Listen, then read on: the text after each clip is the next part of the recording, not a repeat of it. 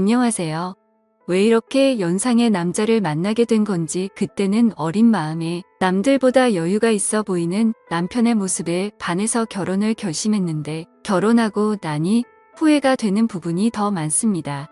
그나마 연애할 때는 남편도 한참 때라서 괜찮았는데 결혼 후부터는 영 아니었어요.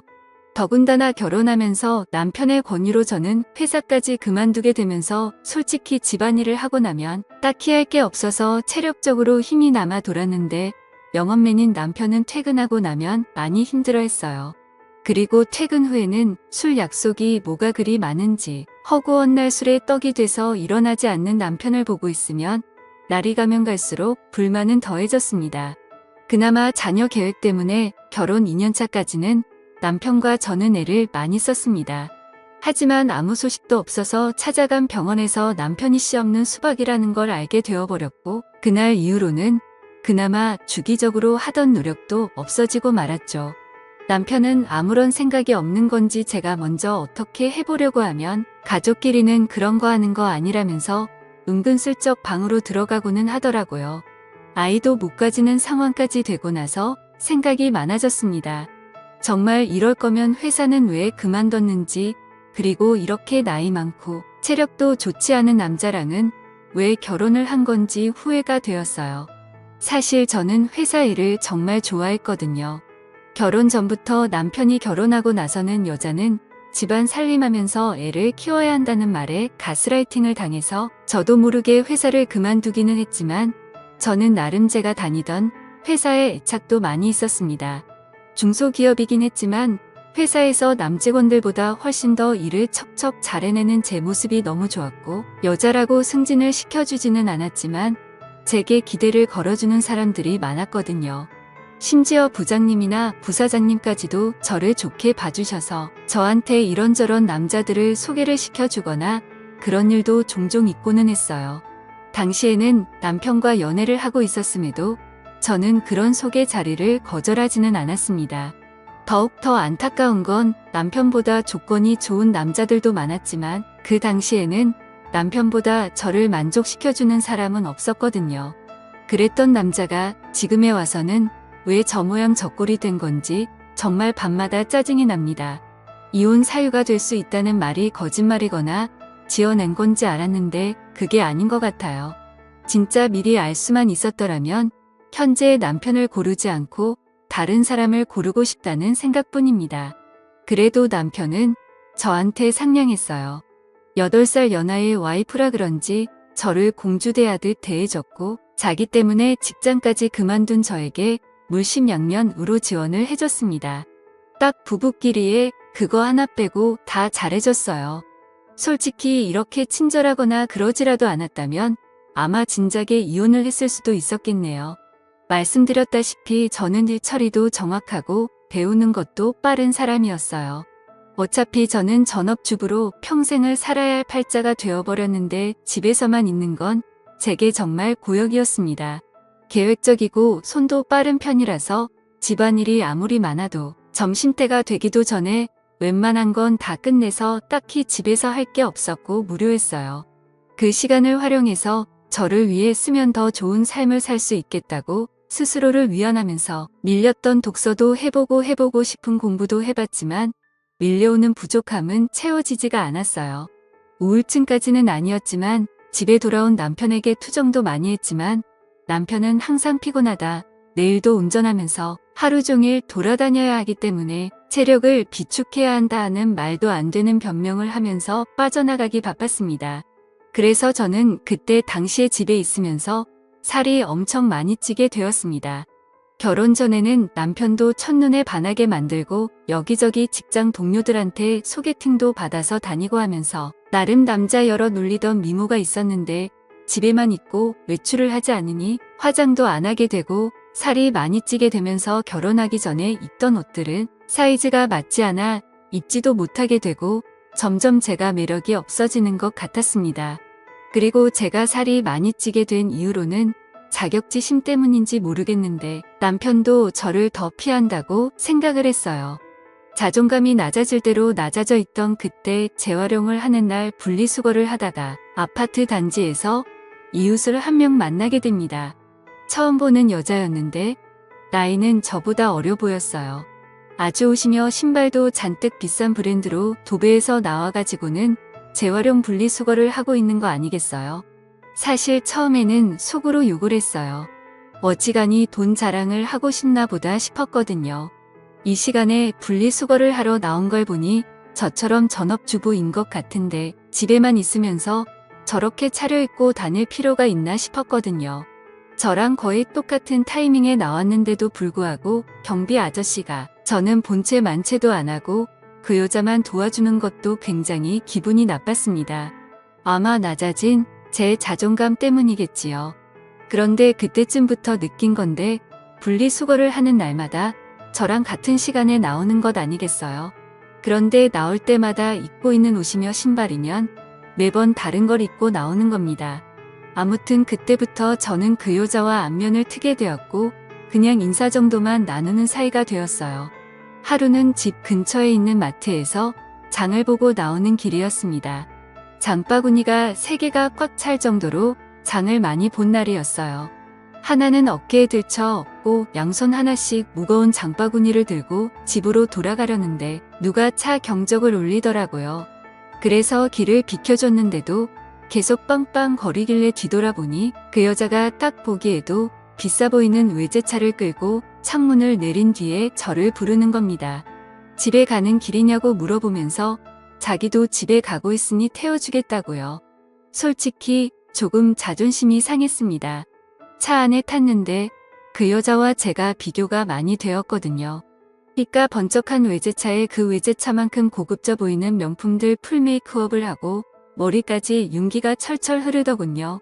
그에 비해 저는 그냥 누가 봐도 동네 아줌마 같아 보이는 평범한 복장의 슬리퍼를 신고 있었고 머리는 그냥 관리하기 편하게 적당히 촌스러운 파마를 하고 있었으니 말이죠. 괜히 차를 얻어 탔나 싶었습니다. 그리고 저는 제가 솔직히 그 여자가 그렇게 자기의 재력과 아름다움을 뽐내면서 자존감을 채우는 데 이용된 희생양이라고 생각했어요. 정말 짧은 시간이었는데 5만 가지 생각이 다 들더라고요. 나도 저렇게 예쁘고 꾸미고 있었더라면 남편이 나를 피하게 되지 않지 않았을까 하는 생각도 들고 눈물이 막 나기 시작해서 그 자리에서 울어버리고 말았습니다. 제가 막 우니까 그 여자도 당황을 하더군요. 왜 우냐고 하면서 저를 달래줬어요.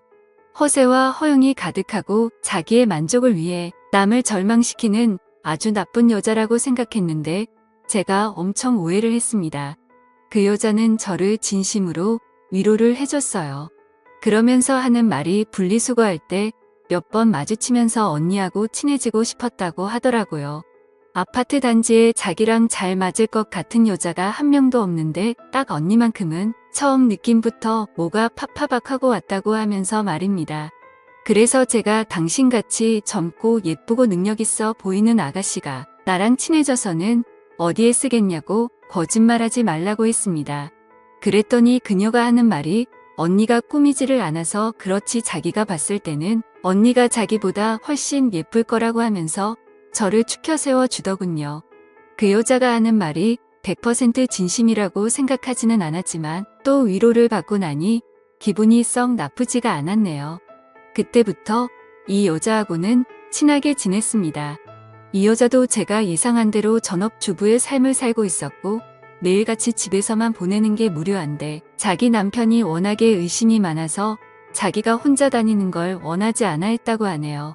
그래서 그 여자는 그 여자 나름대로 같은 아파트에 사는 이웃 중에 자기와 잘 맞을 것 같은 사람을 찾아다녔던 겁니다.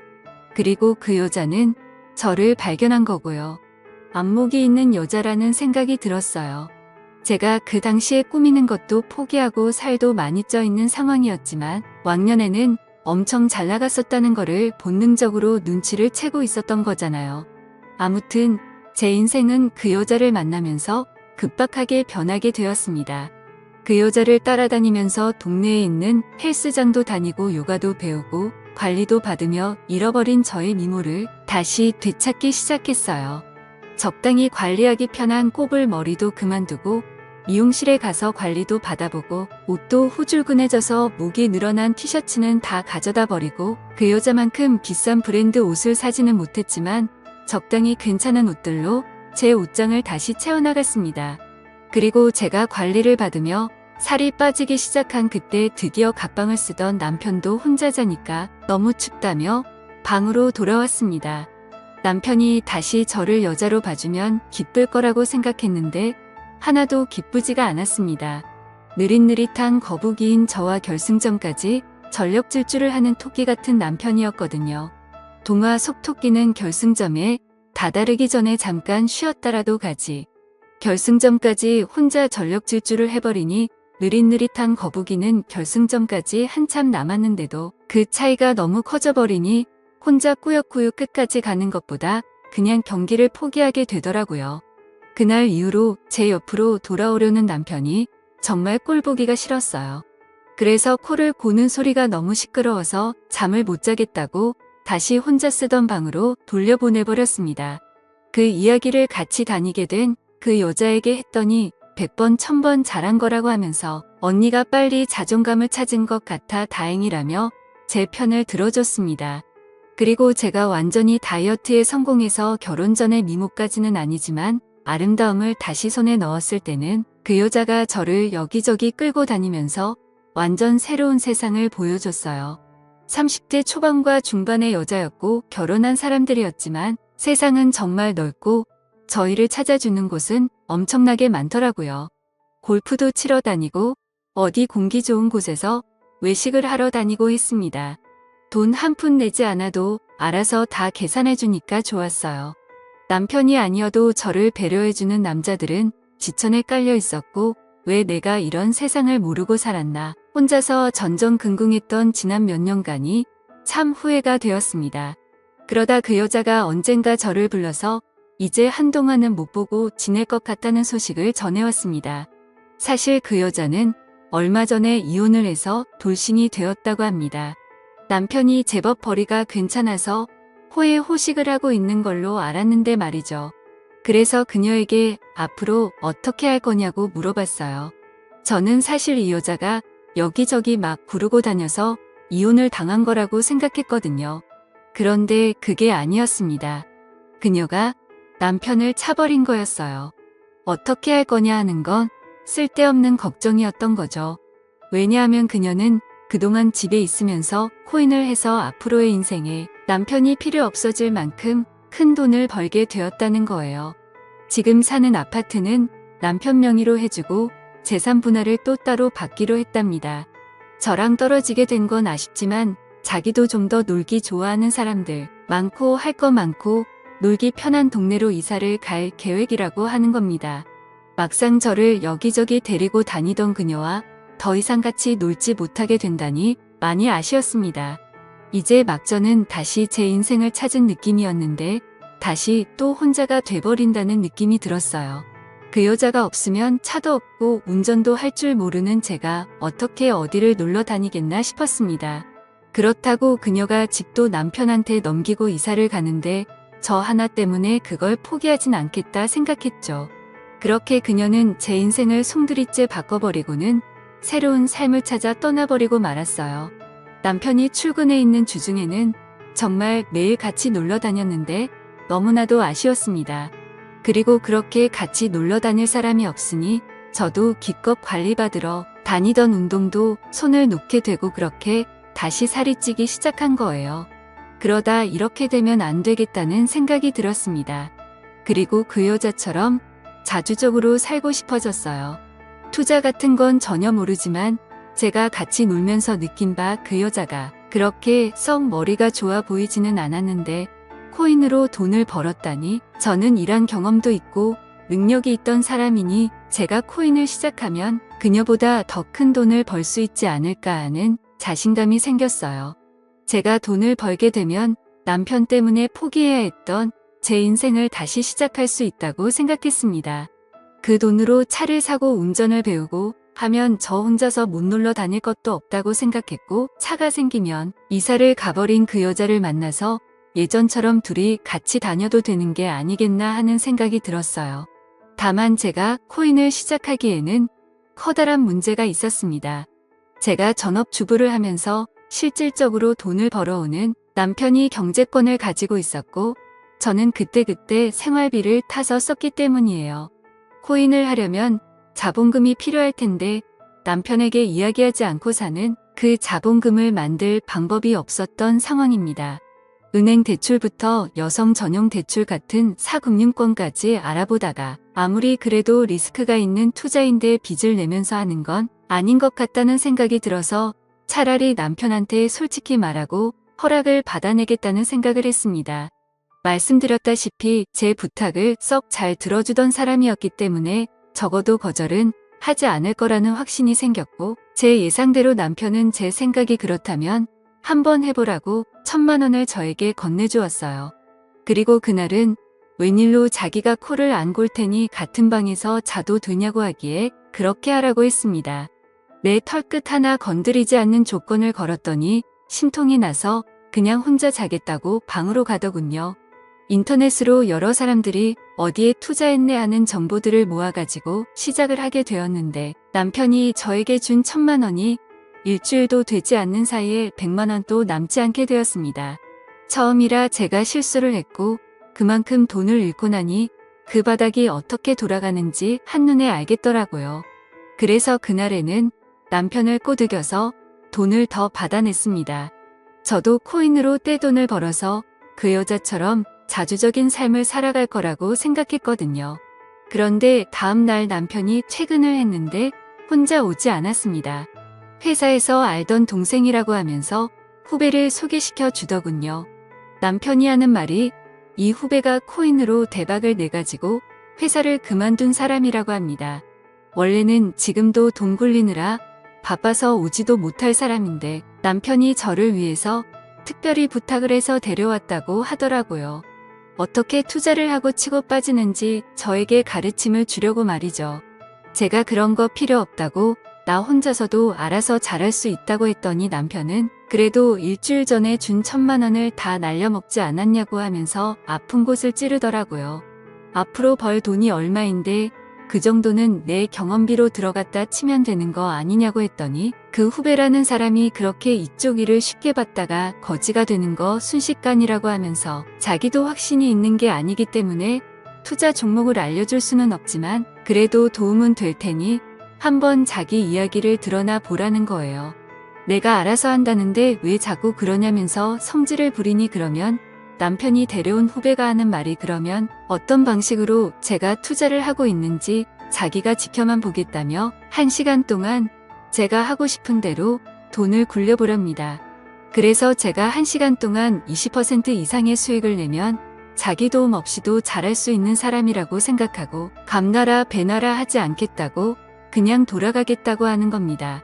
그래프를 분 단위로 쪼개서 분석을 하며 저도 제 나름대로 이것저것에 분산해 가면서 투자를 했어요. 20분도 안 돼서 제가 투자한 것들이 올라가기 시작했습니다. 20%가 아니라 40%에 가까운 수익률을 내기 시작했습니다. 제가 이렇게 잘하는데 남의 도움이 뭐가 필요하겠냐고 돈 버는 거 보이지 않냐고 하고 그 사람한테 이만 돌아가라고 했어요. 그랬더니 1시간 동안 지켜본다고 하지 않았느냐고 하면서 약속한 시간만큼은 보고 가겠다 하는 거예요. 그러고는 하는 말이 자기였으면 그만 돈을 빼겠다고 하는 겁니다. 돈을 잘 벌었다더니 번 사람 맞냐고 물 들어올 땐 노를 저어야 하지 않겠냐고 저는 순식간에 불어난 돈으로 다시 또 다른 곳에 투자를 하며 치고 빠지기를 시작했어요. 오르락 내리락 했지만 처음에는 나름 수익률을 내고 있는 것 같았습니다. 그런데 1시간이 다 되었을 때는 제가 투자한 것들이 내려가기 시작하면서 그렇게 30분을 더 돈을 굴려봤는데 남편이 새로 건네준 또 다른 1,000만 원이 결국엔 또다시 반토막이 나버려서 500만 원도 남지 않게 돼버렸어요. 남편 후배가 말하기를 저한테 가르쳐 줄 건 코인으로 돈을 버는 방법이 아니라 투자 같은 건 영 소질이 없어 보이니 그만두게 하는 것이 제일 좋겠다고 하는 겁니다. 아까 제가 40% 수익을 냈을 때 그때 손을 털고 일어났거나 그때부터 원금을 보존해두고 수익을 낸 부분만 가지고 돈을 굴려야지. 저같이 감으로 투자하는 사람들이 빈털털이 되기 딱 좋다고 말하며 자리에서 일어나더라고요. 남편이 보는 앞에서 1시간 만에 또 절반의 돈을 잃으니 남편도 이제는 더 이상 투자하라고 돈을 내어줄 수 없다고 난색을 표했습니다. 대신 남아있는 돈은 제가 자유롭게 써도 된다고만 해줬을 뿐이에요. 그날 이후로 지금은 객기 부리지 않고 차근히 배워나가고 있습니다. 사실 남편 모르게 그날 데리고 온 남편의 후배가 운영하고 있는 투자 사무실로 출근을 하고 있어요. 사무실이랄 것도 없이 그냥 혼자 자는 방 같은 곳입니다. 거기서 저는 제 나름의 비용을 내며 투자하는 방법을 배우고 있어요. 제가 남편의 후배에게 원하는 걸 해주고 저는 투자도 배우면서 남편 대신 부족함을 채우고 있으니 어떻게 보면 윈윈이라고 볼 수 있는 셈이죠. 지금은 남편이 알면 안 되는지라 조심스럽게 행동하고 있어요. 그래서 남편이 퇴근하기 3시간 전에는 항상 집으로 돌아가고는 있습니다. 하지만 이것도 제가 큰 돈을 벌고 난다면 남편도 저를 이해해주지 않을까 생각해요. 또 찾아주셔서 감사합니다. 사연을 읽고 재밌으셨다면 좋아요, 구독, 댓글 부탁드립니다. 감사합니다.